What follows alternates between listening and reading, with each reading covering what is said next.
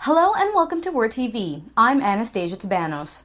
WHIR TV recently spoke to some industry experts and asked them, considering how Europe has a mature hosting market and Asia is beginning to boom, how do language barriers fit into a business that isn't really limited by its geography? Language plays an important role, and we, for the longest time, have done business out of the US, but now, over the last year and a half, we've had presence in Europe, so we have people who can support people who can converse and do business in multiple languages. And local presence and feet on the ground is very, very important to address the diverse European market. That's interesting, and it's certainly a challenge we don't really deal with in the US.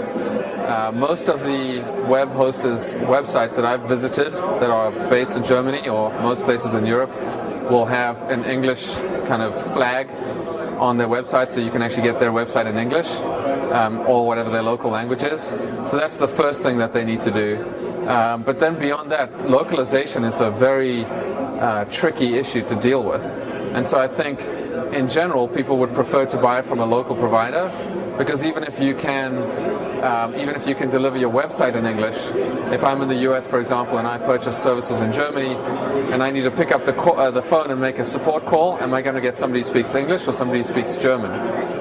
So I think in general people tend to buy locally, but at the same time a company like Intergenia, one of the sponsors of this event, is launching a business or has launched a successful business in the US, but they've done that by actually moving resources into the US and doing it from the local area. To sell to Europeans, you have to speak the language. So there's no way I can sell something in Germany in English, for example. Germans most likely do speak English. I think the younger generation speaks pretty good English, the older generation a little. But if you want to buy something, it's very important that it's in German. And also support is expected to be in German. You know, we have our own outsourcing center in Bulgaria. So we have people, Bulgarians, talking German but with an accent. And people really dislike that. You know? They expect to have German-speaking people. What we try to do at SW Soft, actually, we have territory managers which speaks the languages.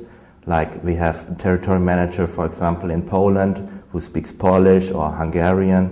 We have territory managers in Spain who speak Spanish and Portuguese, as well as someone for France who cover that kind of territory. So I think it's really important, this language role, and that's why I said actually you have to consider each market very differently.